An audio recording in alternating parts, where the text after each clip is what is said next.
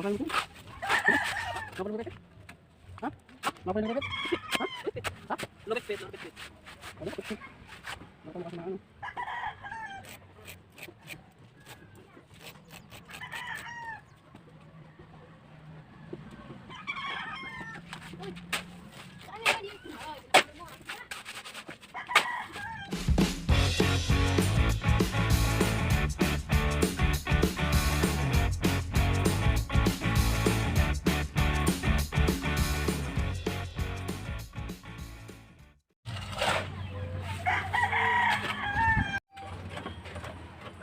Yan mga karago na i-continue natin yung ating ginagawang bahay.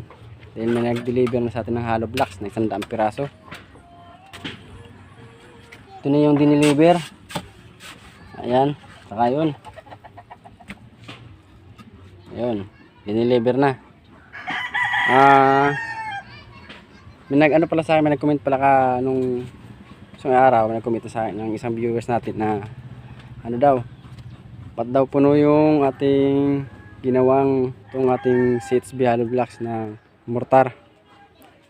Yan, pakita ko sa inyo kung ba't ko pinuno yan. Ito mga ito yung ating tinigil na ginawa dahil naubusan tayo ng hollow blocks. Ito yun. Obligado natin punuin yan kapag tayo maglalagay ng horizontal na bakal. Obligado natin punuin dahil mahirapan tayong lagyan kung mayroon ng bakal na horizontal. Obligado yan. Pero na lang kung ititigil natin yung ating gagawin, kunwari nabutan na tayong hapon, talagang obligado hindi mo punuin yan. Tulad itong ginawa ko, yan, hindi ko yan pinuno. Kailangan paghapon na, pag hindi ka nagagawa, huwag mo na talagang punuin yan kasi dagdag tibay yan pag naglagay uli kayo ng panibagong hollow blocks. Yan, babasahin mo uli yan tapos maglagay kayo ng panibagong hollow blocks. Yan. At shoutout pala kay Erbic Official TV. Ito yung katanungan mo sa akin, yung comment mo kung paano maglagay ng horizontal sa ating CHB hollow blocks, saka paano magtali sa poste. Simple lang yan naman itali pag ganyan lang. Ito napansin yung tali natin, ganyan lang. Pag tatlong lagay natin ng hollow blocks, doon kayo maglagay ng vertical na na bakal. Pag magtali naman kayo, pag ganito, kahit wag nyo nang tali yan kasi adjustable yan, gumagalaw yan kahit hindi nyo na itali. Ngayon, kung mauna yung poste, obligado nyo itali. Kunwari poste yung inuna nyo, obligado nyo itali yan kasi papakain nyo yan sa halo. Pag poste ang inuna nyo, maglagay kayo gagawa kayo ng ganito, putol kayo, tapos ilagay nyo yan.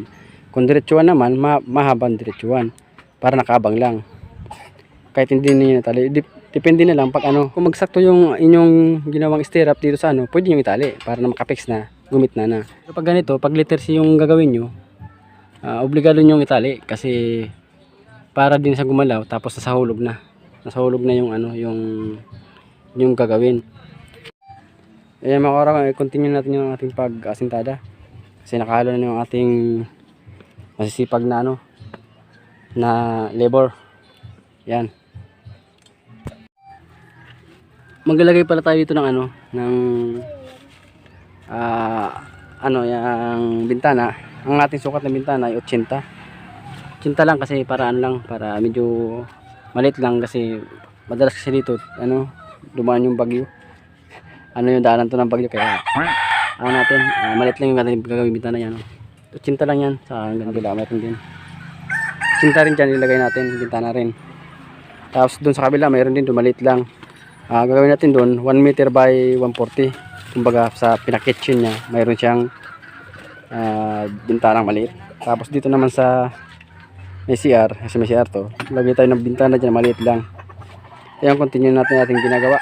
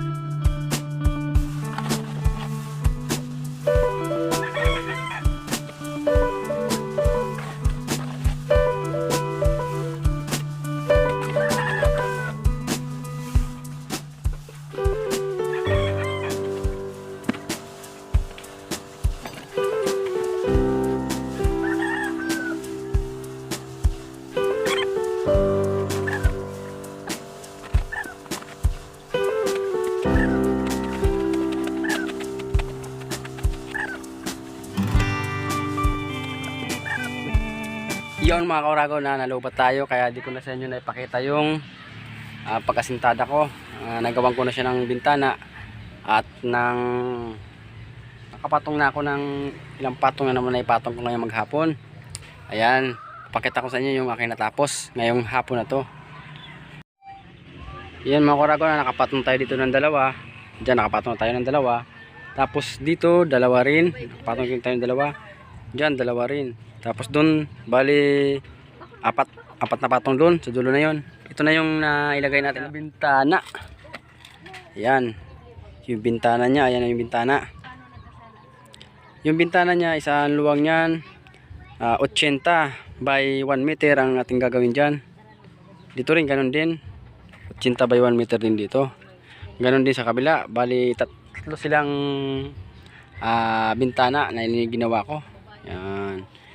Yung taas niya galing finish floor, kasi yung finish floor natin ay is andito, kaya nasa 80 rin yung taas ng ating finish floor. Simula dito taas 80 rin yung ating magiging taas dyan, magiging finish floor natin. Ayan, dyan na tayo. Tapos dito, ito na yung bubuhusan natin bukas. Yan, bubuhusan natin yan. Kasi medyo may katasan na, naka ano na tayong patong. 10 patong na tayo. Kaya bukas bubuhusan ko na pa. Kasi baka tumumba na. Kasi mataas na. Pati doon, bubuhusan na natin yan. Mga poste na yan para bukas kumapit na ng gusto. Yan.